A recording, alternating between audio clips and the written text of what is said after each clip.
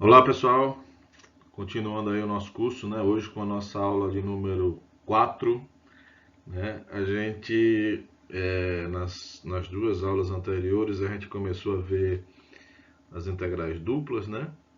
A gente viu a dedução de como surge a integral dupla e em seguida a gente viu que apesar de não sabermos calcular o limite que representa a integral dupla, nós conseguimos deduzir algumas propriedades, na verdade, várias propriedades a respeito dela, mesmo sem saber calcular o limite, né?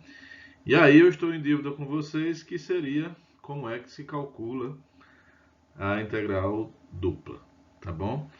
E uma informação que eu tenho a dar é o seguinte: aquele limite horrível, horroroso, ninguém sabe calcular, tá bom? Ninguém sabe. Eu posso até estar enganado, assim, mas até hoje eu desconheço uma maneira de calcular aquele limite. Não existe uma solução para aquele limite, para você ver como são as coisas. E aí, o que se pergunta é, então não serve para nada, né? Não serviria para nada. E aí nós vamos ver hoje que o que nós temos a ofertar seria, na verdade, um remendo. Uma arrogância da minha parte chamar de gambiarra, mas na verdade é a solução que nós temos, é uma espécie de gambiarra para a solução daquele limite. Então, veja, quem pensou nessa alternativa foi o Fubini, tá certo? O nome e essa alternativa que a gente vai ver hoje ganha o nome de Teorema de Fubini, e é com ele que a gente vai se virar para todos os casos. Então, ele se apresenta aqui como sendo uma gambiarra, como sendo uma alternativa para um problema que aparentemente não tem solução, e nós vamos ver que assim, não encontramos a solução para ele, uma solução definitiva, faça assim, tá certo? E o que se apresenta como uma coisa como inofensiva, uma coisa sem aparentemente sem ter a devida importância, não no fundo é o que nos salva do começo até o fim. É o teorema de Fubini, tá bom? E o que vem a ser o teorema de Fubini? Fubini ele pensou o seguinte: olha, a integral dupla ela se apresenta como passível de ser feita para qualquer domínio. Né? Eu estou falando do conjunto ômega. Tentem se lembrar aí como é a definição, tá? E aí ele parou o seguinte: olha, eu não consigo ofertar uma solução para um conjunto ômega qualquer, e eu vou aqui então reduzir as minhas ambições, as minhas intenções, eu vou reduzir elas e eu vou pensar somente em conjuntos que sejam de formato retangular. Será que para esse caso eu não consigo dar uma solução para o problema? E é isso o que ele fez, tá bom? Então eu vou, em vez de colocar aqui o teorema nu e cru, puro e simples, eu vou tentar fazer uma dedução que não é exatamente a demonstração. Não é a demonstração, por favor, aceite isso. Isso é um esboço de demonstração, falta muito mais detalhes, tá bom? E eu peço que vocês tenham complacência comigo, porque assim, eu acho que seria a demonstração completa e total do teorema, ela é muito cheia de detalhes, e aí eu ia encher muita paciência de vocês. Eu estou fazendo isso pelo bem de vocês e pelo meu, tá bom?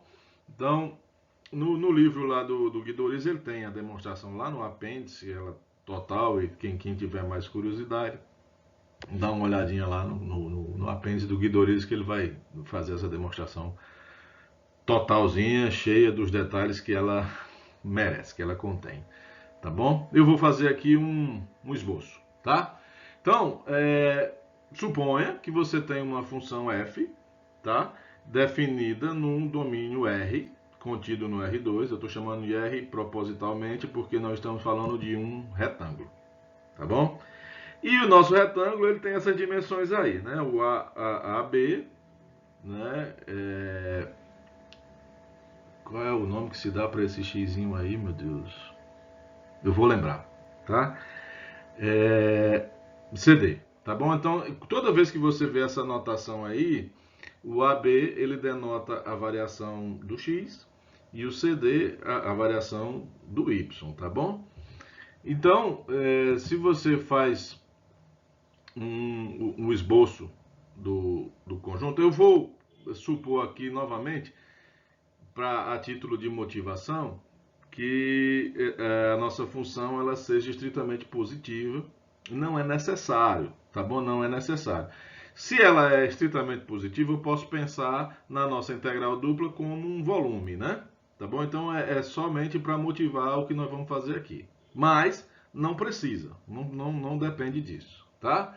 Se a função ela tiver valores positivos e negativos, no final o que nós teremos não é um volume, é a integral dupla, tá? Então estou colocando aqui ela é estritamente positiva dentro do retângulo R, para que a gente possa então pensar no que nós estamos fazendo aqui como sendo um cálculo de volume, tá bom?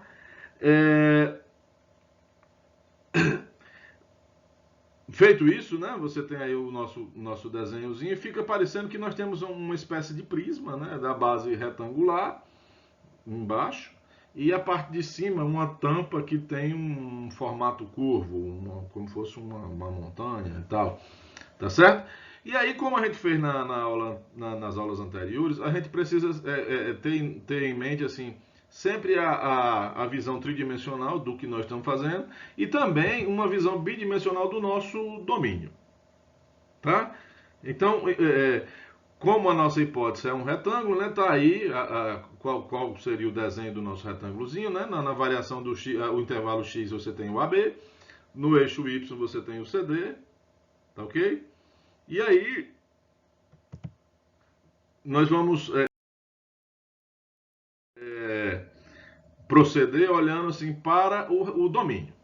Tá? Daqui a pouco a gente volta para o conjunto completo, para o desenho completo, mas a princípio a gente vai pensar no domínio. O que o Fubini fez, né? Em vez de pensar num quadriculado, como a gente fez, numa malha quadriculada, ele pensou assim: se eu dividir o meu retângulo em fatias, tá bom? Em fatias, e aí você escolhe em que direção você vai querer o seu fatiamento, tá bom? Então você pode ter um fatiamento paralelo ao eixo X ou você pode ter um fatiamento paralelo ao eixo Y, a escolha é sua, tá bom? Então eu vou fazer aqui um fatiamento, né, paralelo ao eixo X, ou seja, eu vou pegar várias linhas e aí eu estou colocando só uma na tela para que você perceba o que eu vou fazer com todas, com as outras, tá bom? Eu vou fazer com uma. Então, você pegue uma altura aí, que eu estou chamando de y0. Essa altura, ela tem que estar entre o C e o D, tá? A sua escolha, qualquer uma, tá bom? A única restrição que a gente vai fazer é assim, não escolha o C nem o D, tá bom? Então, veja, voltando lá para o desenho, só para não perder de vista, né? Essa linha, ela estaria lá no nosso domínio, né? Entre o C e o D, tá ok? E aí, veja, eu quero que você pense o seguinte, olha, os pontos que estão sobre essa linha, todos eles têm uma característica que é, todos eles são pares, né? No plano x e y, são pares, ordenados. Coordenada x, coordenada y. E a coordenada y é fixa. Todos eles vão ter coordenada, o valor da coordenada y é y0. Vocês concordam comigo? Então veja, todos os pontos sobre essa linha têm coordenada x, variando entre A e B. Por que variando entre A e B? Porque está dentro do meu retângulo. Se eu pegar além do B ou antes do A, estarão sobre a linha, mas estarão fora do retângulo, o que não me interessa, né? Não nos interessa. Show? E aí eu vou pegar todos esses pontos, eu estou dando uma cara genérica para os pontos dessa linha, para que a gente possa pensar na imagem desses pontos todas de uma vez. Então, a imagem desses pontos vai ser tão somente o f de x, y0, correto? E aí você vai ter uma coleção também de pontos sobre a superfície, né? Já que todos os pontos dessa reta estão no meu domínio, a imagem estarão sobre o gráfico da função f. Tá bom? Aí essa linha vermelha sobre o gráfico da função f, elas serão, né, o f, imagem, né, f de x, y0. Tá ok? E aí eu queria que vocês percebessem o seguinte, olha, eu posso olhar os pontos dessa curva sobre o gráfico, né, como uma função que depende somente de x. Uma vez que o y0 é fixo, né, o y0 não varia, significa que somente quem está variando é o x. Tá ok? Por que eu quero que vocês vejam isso? Olha, o que você tem aí na sua tela, se você conseguir, imagine que em vez de pensar num prisma, isso aí fosse um bolo. Um bolo, um pão de forma, não sei. E aí, esse gráfico aí, junto com a linha de baixo e essas duas paralelas que estão na vertical, tá? Representaria assim um corte. Um corte no pão de forma. Tá certo? Se você pegar esse corte e isolar ele, esse corte aí ele é um corte plano, né? Né? E aí, se você isolar esse corte, você teria mais ou menos esse desenho aí, né? A parte, tá? A linha de baixo ela é paralela ao eixo X. O meu corte ele está paralelo ao plano XZ, correto? Correto? E nós conseguiríamos tranquilamente, usando o nosso conhecimento de cálculo 1, dizer qual é a área desse corte. Vocês estão captando qual foi a intenção do Fubini? Olha, esse pão de forma aí, se eu fizer qualquer corte em qualquer direção, eu sei dizer qual é a área da secção que foi feito o corte. Tá certo? Como que eu consigo dizer qual é a área? Bom, a área seria tão somente a integral da função, né, alfa, que eu chamei de alfa de x, dx. E o x, ele vai variar de a até b. Lembre-se quem é o alfa, porque daqui a pouco eu vou tirar ele daí e vou trazer o f. Tá? Pronto. O que o Fubini, a ideia do Fubini foi só essa daí. Eu vou fatiar o meu pão e cada face eu sei calcular a área dessas faces, né, desses cortes. Tá? Tentem me acompanhar aí, vão bem devagarzinho. Tá? Minha esposa disse que todo mundo assista a aula na velocidade número 2. Eu aconselho que vocês assistam a aula na velocidade número 0,5. Tá bom? Então, veja. Sabendo que cada uma dessas faces, a gente consegue, cada um desses cortes, a gente consegue calcular a área, né? Lembre-se que o alfa de x é o f de x y0. E aí o que eu vou fazer, né? Eu avisei lá no início, nós vamos proceder com vários cortes, várias linhas na direção paralela ao eixo x, tá? E aí a gente vai calcular cada uma dessas faces. Tá bom? Eu vou conseguir calcular cada uma dessas áreas, né? Cada um vai ter um y, estou denotando aí para o yj, tá? E aí a cada uma dessas áreas vai ser a integral de a até b, f de x e o yj dx, tá? Eu coloquei aí esse j variando de 1 até m porque eu estou pensando, na verdade, naquela partição que a gente fez do intervalo CD. Tá? Então eu estou pegando linhas que passam pela partição do CD, do intervalo CD do eixo Y. Tá? Lembre-se aí da primeira aula. Né? A gente particionou em M subintervalos, né? O J variando de 1 até M. Tá ok? O J indicando os intervalos. Show?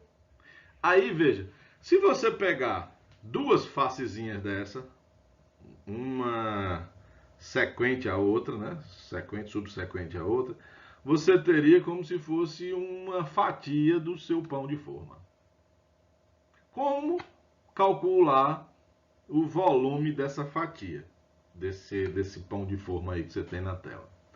Uma maneira seria você... Eu estou cometendo aqui um abuso, viu? Vou cometer aqui um abuso. Se esse fatiamento que você fez, ele for bem fininho, cada fatia, cada corte for bem pertinho um do outro, você pode imaginar que as duas faces, uma sequente à outra, né, uma em seguida da outra, elas são aproximadamente iguais. Se elas são aproximadamente iguais, eu posso considerar que você tem, como é que eu posso dizer? Calcular o volume dessa fatia, você pega essa fatia, põe ela deitada. Então, uma dessas faces aí seria a base, tá certo? E a distância que uma fatia tem da outra seria a altura. E eu consigo calcular o volume dessa fatia, né? Olhando como se ela fosse como é que eu dou o nome para isso? Não é um prisma, no nome real é um cilindro de base não circular, entendeu? Um prisma de base irregular, não sei. Mas, por favor, é a área da base vezes a altura, o volume desse troço aí, que eu não estou conseguindo dar um nome para ele. Show? Show? Então, veja, você vai escolher uma das faces, ou a primeira, ou a segunda, ou a anterior, ou a posterior, como você queira chamar, tá bom? E aí você vai escolher o YJ, ou o YJ menos 1, ou o YJ, ou o da frente ou o da trás, tanto faz. Tá? O A e YJ. E a altura é o delta YJ, a distância que uma facezinha tem da outra, um corte tem do outro. Ou seja, o volume que nós estamos querendo calcular, eu vou chamar de VJ, para identificar o volume associado ao corte J. Tá? Vai ser a área da base, que é o AYJ, vezes a altura delta YJ. Eu acho que isso aí é bem claro. Correto? Certo? E aí o volume total do nosso objeto, ele seria aproximadamente. Por que aproximadamente? Porque a gente está cometendo um abuso aí em dizer que as duas faces elas seriam iguais e na verdade não é. Tá bom? Então seria o somatório dos VJ. Com esse J variando de 1 até M, ou seja, você tem M fatias, sei calcular o volume de cada uma delas, e aí eu vou só juntar tudo, somar e colocar tudo num balaio só. A maneira que nós temos para excluir o erro que nós estamos cometendo aí é o bom e velho limite. O que você vai fazer? Você vai fazer um limite naquela partição, mandando o ΔY tender a zero. Quem é o ΔY? Lembra lá da segunda aula?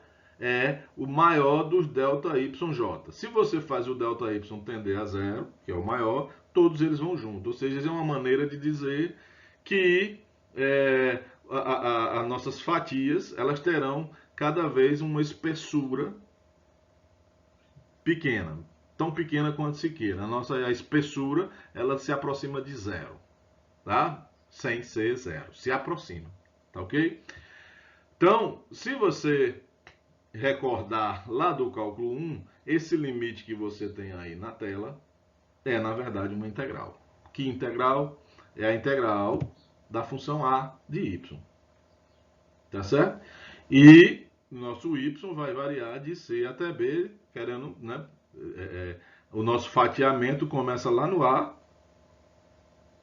começa lá no c, que é o valor inicial do y, e termina lá no d, que é o valor final do y. Tá ok? Pronto, teríamos aí, portanto, o volume calculado. Aí você vai fazer o seguinte, bom, quem é o A? Esse A de Y, aí você volta, a segunda linha que está aí na sua tela, né? O A de Y é a integral de A até B, f de x, y. Tá ok? Então traz o A de Y para aí. Aí eu acredito que quem está fazendo o curso de cálculo 3 pela primeira vez deve ter dado uma tremida na base agora, né? O que você tem aí é o que os livros chamam de integral iterada.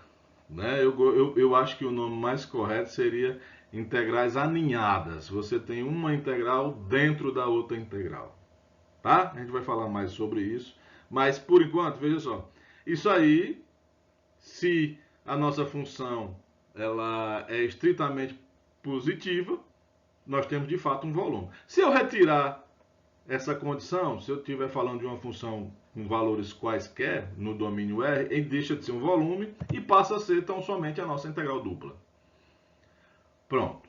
Isso aí é o que o Fubini conseguiu resolver.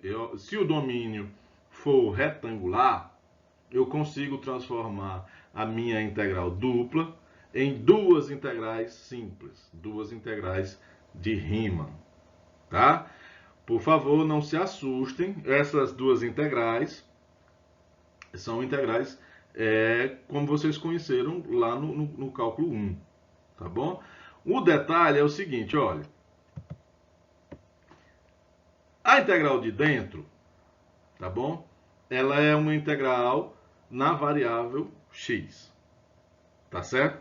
E aí, uma primeira observação que vocês têm que guardar na cabeça é o seguinte, olha, quando você aprendeu a lidar com parênteses, colchetes, chaves, né, você aprendeu que tem um que abre e tem um que fecha, correto? As integrais, elas funcionam basicamente dessa forma, tá? As integrais, os livros chamam de integrais múltiplas, para se referir à integral dupla, à integral tripla, e vai, a gente não vai estudar não, mas elas vão para 4, 5, 6, o tanto que quiser, tá bom? E aí, quando você tem integrais aninhadas, integrais inteiradas, ou seja, uma integral dentro da outra, você precisa identificar quem abre com quem fecha. Ver se consegue captar. Então, o símbolo, esse S bonitão aí, com os limites A e B, indica que você abriu uma integral. E onde é que essa integral fecha? O dx é o fechamento dessa integral. Tá certo? Então, cada integral tem um ponto onde ela abre, tem um ponto onde ela fecha. E, por assim dizer, veja, se você escreveu, olha, essa integral varia de A até B, você precisa deixar claro que você está falando do x. Então, AB aqui, abrir a integral, é de A até B. Então, você tem que fechar com o x lá na frente, o dx, para que fique claro que uma coisa casa com a outra. Então, esses extremos de integração A e B se referem à variável x. Da mesma forma, a outra. Tá? A outra tem extremos de integração C e D e se referem à variável y. Tá certo? Então você precisa identificar lá na frente que o y é o extremo, a variável de integração dessa outra integral. Tá ok? Então, ó, do lado esquerdo da sua tela você tem a representação da integral dupla. Tá bom?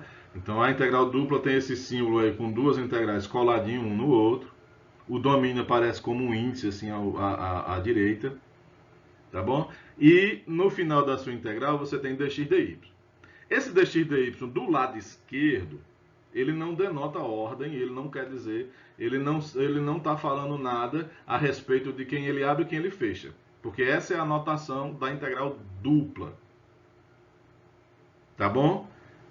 Tanto faz você escrever dx dy, dx, nesse momento aí da integral dupla, não importa. Não tem importância, tanto é que os livros, tem livros que em vez de fazer dx dy, ele coloca dA, dando a entender que eu estou falando de um elemento infinitesimal de área. Agora, peguei a minha integral dupla, vou aplicar o teorema de Fubini. O teorema de Fubini, ele simplesmente transforma uma integral dupla em duas integrais simples, uma dentro da outra. Aí, nesse caso, aplicando o teorema, lá na frente o dx e o dy ele importa. Se você coloca a ordem, se você muda a ordem, você está mudando a informação a respeito os extremos de integração se referem a qual variável. Tá certo? Então, da forma como está aí, A e B se refere à variação do x. C e D se refere à variação do y. Tá ok? Tá ok?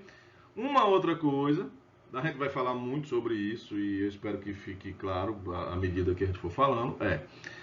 Cada uma dessas integrais que você tem aí, apesar da sua função ter duas variáveis, você vai fazer uma integração.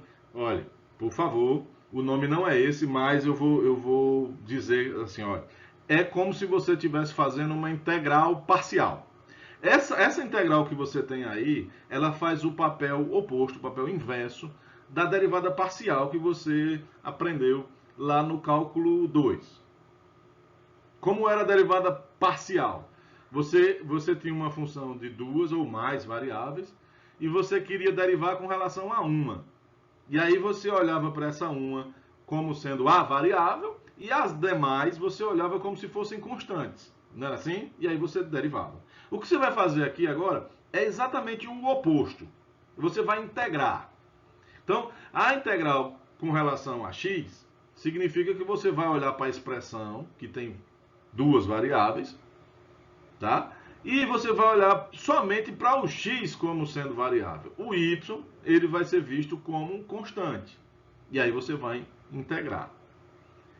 Tá bom? Então, calma que a gente vai fazer isso. Eu vou colocar aqui dois exemplos e aí a gente vai treinar. Tá bom? Ó, lá atrás a gente começou o teorema de Fubini dizendo, a dedução do teorema, dizendo que eu poderia fatiar paralelamente ao eixo x e poderia fatiar paralelamente ao eixo y, né? O que nós fizemos aqui foi fatiando o meu domínio paralelamente ao eixo x. Se a gente procedesse do outro modo, eu não vou repetir o processo aqui, o que ia mudar no final das minhas contas? O que ia mudar é que nós íamos encontrar novamente duas integrais de Riemann, uma aninhada, uma dentro da outra, sendo que a de dentro ela seria em relação à variável y e a de fora seria em relação à variável x. Eu espero que vocês entendam o que eu estou querendo falar com a de dentro e a de fora. Tá bom? Então é somente o que muda de um para outro e isso fecha isso conclui o teorema. O que o teorema de Fubini diz para a gente? Olha, se você tem uma função que você saiba ser integrável e o domínio da sua função ela é um retângulo, o domínio é um retângulo, tá? Então a sua integral dupla ela pode ser resolvida de duas formas diferentes, tá ok? A escolha é sua. Professor, o senhor está falando de qual escolha? Ó, você pode fazer a integral de dentro sendo na variável y e a de fora na variável x. E aí você respeite os intervalos de variação de cada uma da variável. Ou você pode fazer a de dentro sendo na variável x e a de fora na variável y. Tá? Esse é o teorema de Fubini. Veja que o teorema de Fubini ele é para retângulos. Na aula que vem, nós vamos aprender como adaptar esse teorema para domínios que não são retangulares. Por hoje, eu vou deixar aqui o teorema de Fubini somente funcionando para domínios que são retangulares. Na verdade, ele está demonstrando. Eu não estou reduzindo o teorema. O teorema é esse, sem tirar nem pôr. O que nós vamos fazer é um corolário do teorema, é uma consequência do teorema, e aí nós teremos uma adaptação desse teorema para domínios que não são retangulares. Tudo bem? Tudo bem? Então veja, só recapitulando, no caso de funções cujo domínio seja retangular, a integral dupla se transforma em duas integrais simples. Eu estou chamando de integrais simples as integrais de Riemann, integrais em uma variável, tá? Certo? E aí, essas integrais elas são aninhadas, elas chamam lá no livro, ele chama de integrais iteradas. O que é isso? É uma integral dentro da outra. Significa que você tem uma ordem de integração. O que é a ordem de integração? A integral de dentro tem que ser resolvida primeiro e a de fora tem que ser resolvida depois. Tá ok? No caso de um domínio retangular, essa ordem você tem a liberdade para escolher qual você vai fazer. Se você vai fazer a de dentro sendo na variável x e a de fora na variável y, ou vice-versa. É o seu gosto. Tá bom? Então veja, um exemplo só para a gente treinar. Né? Esse aí é o teorema de Fubini, já repeti várias vezes. Suponha que você tem essa integral aí. Veja, ela vai vir sempre com a notação de integral dupla. E eu quero, por favor, que vocês guardem essa informação. A integral dupla é uma coisa. Duas integrais, uma dentro da outra, é outra coisa, que em alguns momentos ela é igual à integral dupla. Tá bom? Tá certo? Eu já vi professor chamando uma integral dentro da outra de integral dupla. Não é. Não é. Uma integral dentro da outra são integrais inteiradas. Integral dupla é isso daqui, né? Que para um domínio retangular, uma coisa, as duas inteiradas equivalem a uma integral dupla. Tá? Mas a integral dupla, duas integrais inteiradas nem sempre representam uma integral dupla. Tá? Somente nesse caso dos domínios retangulares, é o teorema, que o teorema diz. Tá bom? E mais para frente, em alguns casos que a gente vai poder adaptar. Tá ok? Então veja, calcule essa integral aí, tá? Novamente, esse dx dy aí que está nessa integral dupla não estabeleceu a ordem, ele não está dizendo qual é a ordem que você vai, a ordem é sua, porque o domínio que você tem em mãos é retangular. Então esse dx dy aí ele não quer dizer nada, ele só quer dizer que a sua integral é dupla. Tá? Tá? Outra coisa, esse R, você sempre vai observar que o primeiro par de colchetes representa a variação do x e o segundo representa a variação do y. Tá ok? Então, veja, se você usar o teorema de Fubini e você não tem escolha, tá? Você pode dizer, olha, essa integral dupla é as duas integrais simples postas dessa forma aí, né? 0 a π, isso é a variação do y, veja, o y está lá fora. 1 a 2 é a variação do x e o x está dentro. Tá certo? Ou, contrário, de 1 até 2, de 0 até π. Tá bom? No primeiro caso, na primeira integral, eu estou escolhendo integrar primeiro em x, depois em y. No segundo caso, é a escolha de integrar primeiro em y e depois em x. Por que eu estou colocando essas duas coisas aí, né? Na hora que você for resolver um problema, você não vai dizer, olha, eu posso ir por aqui ou por aqui. Na verdade, você vai ter que escolher um e ir adiante. Eu estou pondo aí na tela para que você perceba o seguinte, olha, tem duas opções e você tem a liberdade de escolher por qual você vai. Tá bom? Em geral, a gente não pode estabelecer que assim, ó, o nível de dificuldade indo pela primeira ou indo pela segunda é o mesmo. E é bom que se pense nisso. É bom que você reflita sobre isso. Tá certo? Em alguns casos, em muitos casos, o nível de dificuldade vai ser o mesmo. Mas isso não é garantido. Então pode ter situações em que, indo por uma opção, tá? Indo por uma opção seja fácil e indo pela outra seja difícil. E quem é que vai dizer isso para você? Tá? Na prova não vai ter dizendo, olha, use essa ordem aqui. Não tem. Não tem. Quem vai dizer isso para você é você mesmo. Tá ok? E aí é preciso que você tenha uma certa experiência que você vai adquirir fazendo exercícios, fazendo exemplos, tá? Tá certo? E assim, eu sou o cara, eu sou o tampa de crush, eu me garanto, eu não vou fazer exercício, não. Pelo menos que você escreva as duas em algum rascunho que você tenha e comece as duas para você ter uma noção. Não, por aqui essa daqui é fácil, essa aqui é mais difícil. Ou que você ganhe a noção, não, essa por uma dá no mesmo, e por um ou pelo outro é tanto faz. Tá certo? Tem situações em que por um caminho é possível e pelo outro é impossível. Tá? Eu recomendo que vocês olhem as minhas provas. Tá? Nas minhas provas não tem domínio retangular. Tem os domínios um pouquinho mais complicados. E aí a gente vai aprender a mudar de ordem. Não só. Aqui não tem o que fazer. Você só inverter as letrinhas e inverter as integrais e inverter as letrinhas, né? Inverter os extremos de integração e inverter as letrinhas.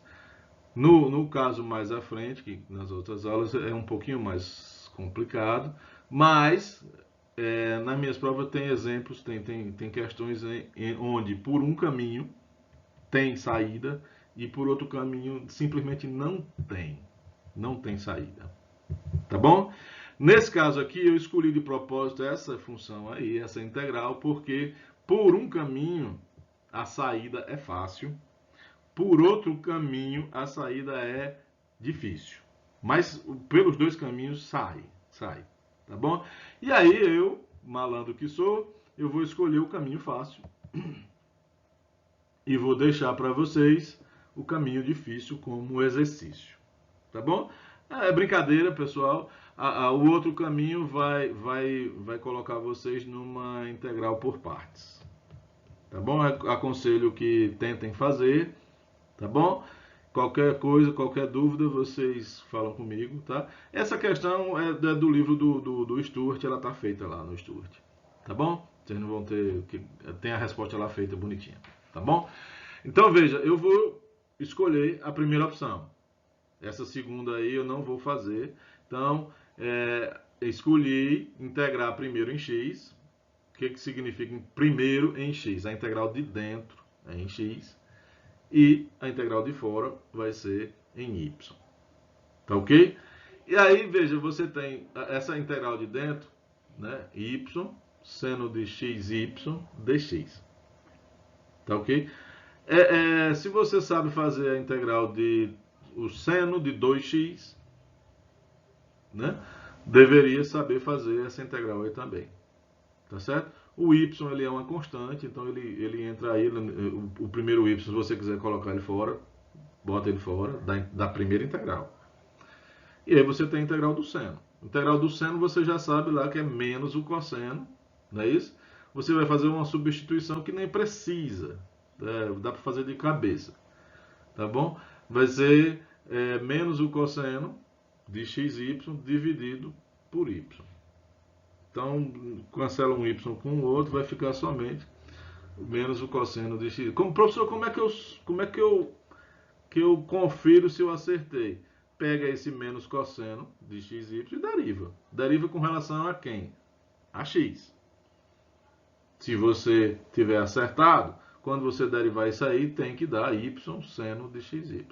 Novamente, pessoal, por favor, você está fazendo uma integral olhando para o x como variável e o y como constante. Tá certo? Então, professor, não entendi nada do que o senhor falou. Pega essa integral, reescreve ela numa outra folha, num outro papel, pega o y e bota um 2 aí no lugar do y. Então, veja se você consegue fazer a integral de 2 seno de 2x dx. Se você sabe fazer essa integral, então essa que está na sua tela, você deveria saber fazer também. Tá bom? Bom, aí eu deixei só indicado o 1 e o 2 aí, que eu ainda vou substituir. Um cuidado que você tem que ter em mente é o seguinte. O 1 e o 2 você vai substituir em qual variável? Não pode esquecer que você fez uma integral na variável x. Se você fez na variável x, então você vai integrar, esse 1 e o 2 vai ser substituído na variável x. O que significa dizer que esse y fica. Até porque, se o y for embora e o x ficar, aí você está cometendo um absurdo. Qual é o absurdo? Né? A integral que você ainda vai fazer, ela é na variável y e você mandou a variável y para o beleléu.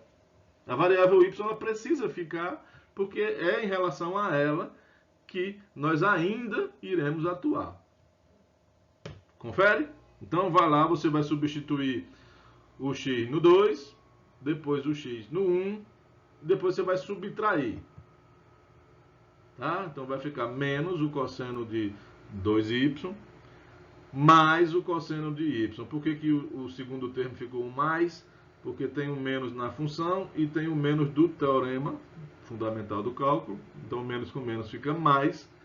Né? Substituir o x por 1. Bom, tá aí. Ficou menos o cosseno de 2y mais o cosseno de y dy. Pelo amor de Deus, não me digam que o cosseno de menos 2y mais o cosseno de y, você vai subtrair um do outro e vai dar o cosseno menos o cosseno de y, viu? Pelo amor de Deus, aí você volta lá para o pré-escolar. Esses dois cossenos aí não se juntam, não tem como juntar. O que significa que você vai ter que fazer as duas integrais. Integral do menos o cosseno de 2y e integral do cosseno de y. Tá? O primeiro vai ficar menos o seno de 2y2 e o segundo vai ficar o seno de y. E aí resta você substituir no zero e no π. Tá bom? Essa é a substituição mais bacana que existe, porque vai dar zero em todo mundo. Tranquilo? Bom, esse é o nosso primeiro exemplo, nosso primeiro integral duplo que nós estamos calculando. Se você sentiu dificuldade, é natural, não se estressa, tá? Não perde a paz ainda, tá ok? Isso é uma aula que você precisa rever. Você vai ter que estar assistindo ela no modo acelerado, nem tenta. Você vai ter que reiniciar essa aula e ver ela de novo.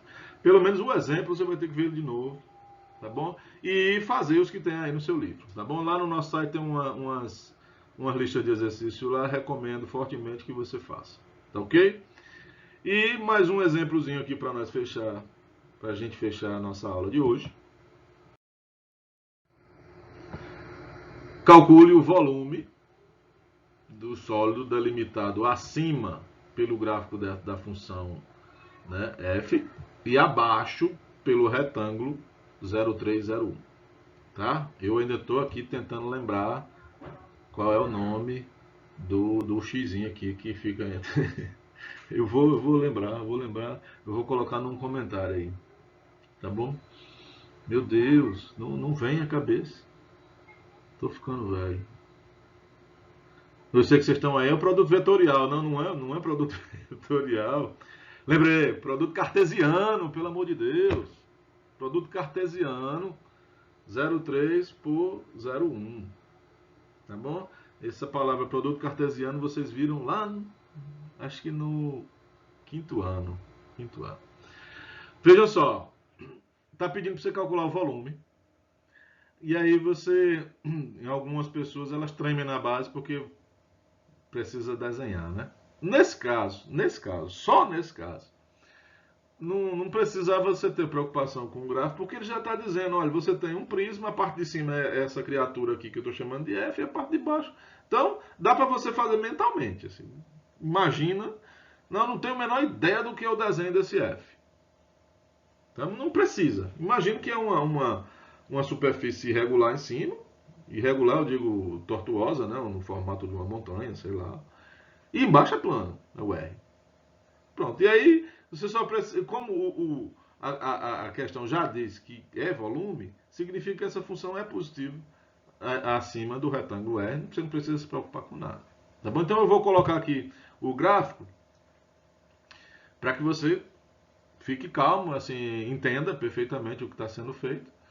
Tá? Essa função aí, né, eu recomendei a aula lá do cálculo 2 para que você aprenda a desenhar.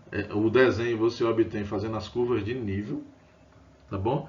E aí fazendo as curvas de nível você vai perceber que essa função aí é um paraboloide elíptico. Esses nomes são muito bacanas, né, não? É um paraboloide elíptico voltado para baixo. Como se você tivesse uma concha, só que essa concha ela não é redonda, ela é como se fosse oval, voltada para baixo. Tá bom? Essa altura máxima aí é o 16 e aí para baixo ela é infinita. Tá bom? E o que eu tô aí tá desenhado só a parte que está acima do retângulo 0301. Show? O volume, portanto, é a integral dupla de f dx dy. Show? E aí você vai, né? Quem é o f? É a parte de cima, é a função. Sua tarefa agora é, coloquei aí em vermelhinho, tá pequenininho, espero que esteja dando para ver, tá? Qual é a ordem de integração que vocês vão escolher, tá bom? Nesse caso aí, como a função é polinomial e tal, ela não oferta dificuldade não. E essa é uma situação onde tanto faz. A ordem que você escolher aí não vai afetar não, tá? Esse exemplo eu tirei de outro livro, não foi do Stuart, mas ele faz de uma forma, a ordem que ele escolheu é diferente dessa que eu vou escolher. E um detalhe, viu? Detalhe, assim, o teorema diz que tanto faz a ordem que você escolher, o resultado tem que ser o mesmo. Tem que ser o mesmo, tá bom? Então, aconselho que você faça as duas, até para você treinar, tá bom? Então, eu vou fazer o seguinte, olha, essa integral de dentro vai ser de 0 a 3. O que eu estou dizendo com isso? Que a integral interna é com relação a x. Tá bom? Cuidado com isso. Ó. Se você colocar 0 a 3 e aí onde eu coloquei o x você colocar um y, você pode fazer daí para frente tudo certo, que vai estar tudo errado. É engraçado isso, né? Não vai valer de nada porque você montou a sua integral inteirada errado. Se você resolver a sua integral inteirada correta, mas ela não representa mais a minha integral dupla, você resolveu outro problema. Ah, professor, mas eu fiz tudo certinho, coitado. Bom, você provou que sabe fazer outra coisa, mas não provou que sabe fazer aquilo que eu lhe pedi. Eu estou falando no caso de uma prova. Tá bom? No caso de uma prova. Então, recomendo total atenção e que vocês entendam isso. Olha, cada integral tem o seu fechamento. Você abre ela num canto e fecha ela no outro canto. E uma coisa tem que casar com a outra. Então, 0,3 é a variação do x. Então, coloca aí dx. A outra integral vai ser de 0 a 1, portanto, tá? Esse casamento aí tem que ser perfeito. Não, você tem que montar direitinho. Se essa montagem aí tiver errada, tá? Eu coloquei 0,1, 0,3 do jeito que está aí. Lá na frente eu coloquei dy, dx. Tudo que você fizer daí para frente está errado. Não adianta, tá tudo errado. Tá tudo errado. Tá bom? Então, pelo amor de Deus, não comete esse deslize. E eu vou falar para vocês o seguinte, o que a minha experiência diz, né? Eu tô com fazer 18 anos na Univasf. 18. O que a minha experiência diz? Onde é que vocês erram? Assim, vocês erram sabendo. Vocês erram por displicência. Infelizmente, a verdade é essa. Aí você sai, quando chega lá depois da prova, né? Sai lá fora, vai lá fora. Aí você percebe que, eita, ó, troquei aqui. Errou sabendo. Errou por displicência. É a maior quantidade de erros que eu encontro na disciplina de cálculo. Não só cálculo 3, mas cálculo 3 é a que mais acontece. A criatura errar sabendo. Tá? O erro por displicência, erro por falta de atenção. Então, tá avisado, por favor, concentração máxima absoluta para que você coloque cada coisinha no seu canto, tá bom? E não erre uma coisa que você sabe fazer. Tá bom? Então, ó, a integral de dentro você vai integrar com relação a x, né? Significa que a integral de 16 é 16x. Menos x quadrado é menos x ao cubo sobre 3. Menos 3y quadrado vai ser menos 3y quadrado x. Do mesmo jeito que você entregou 16, você integra o menos 3y quadrado. Tá? Substitui no 3, substitui no 0 e faz a subtração. A substituição no 0 é tranquilo, vai dar 0, né? Então, o seu trabalho é só substituir no 3 Eu já fiz as contas, façam no lápis aí, devagarzinho. Isso vai dar 39 menos 9y quadrado. Show? De 0 a 1. Nós agora estamos integrando na variável y. Significa que isso vai dar 39y menos, né, vai ficar y ao cubo sobre 3. O 9 sobre 3 eu já simplifiquei, ficou 3y ao cubo.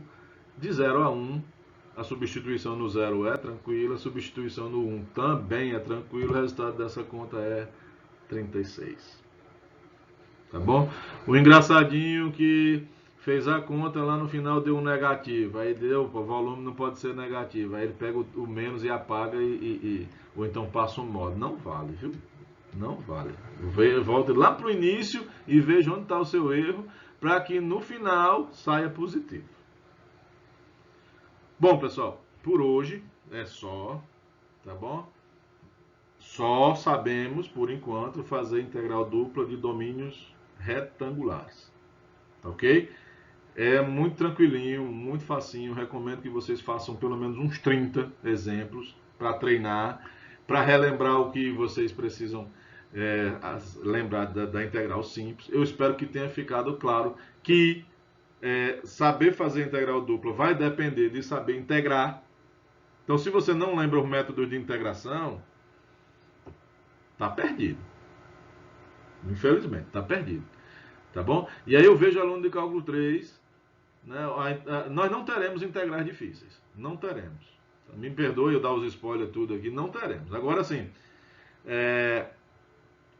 integral por partes, eu espero que você saiba fazer. Sinceramente, eu espero que você saiba fazer. Tá bom? Tá bom? Pode ser, né, eu já fiz isso em outros cursos, é o seguinte, pode ser que eu bote alguma questão e não tenha feito ela. Isso não acontece mais, mas pode ser que aconteça. E a situação mais complicada que nós temos, que eu já coloquei, foi aparecer uma secante ao cubo. Integral de uma secante ao cubo. Se aparecer, você vai ter o direito de parar ali. Parei aqui, a minha resposta está concluída e pronto, acabou-se. Tá? Faço esse compromisso com você de agora. Tá bom? Basicamente, assim, eu não queria que você, assim, não, eu vou desaprender frações parciais, eu vou desaprender as substituições trigonométricas, não aconselho, viu? Não aconselho. Mas, assim, aqui, a maior parte do tempo, as nossas integrais são integrais imediatas e integração por partes. Por partes. Tá bom? Pode acontecer uma trigonométrica? Pode. Mas, assim, é raro. É raro. Tá bom? Então, um abraço, fiquem todos com Jesus e até a próxima.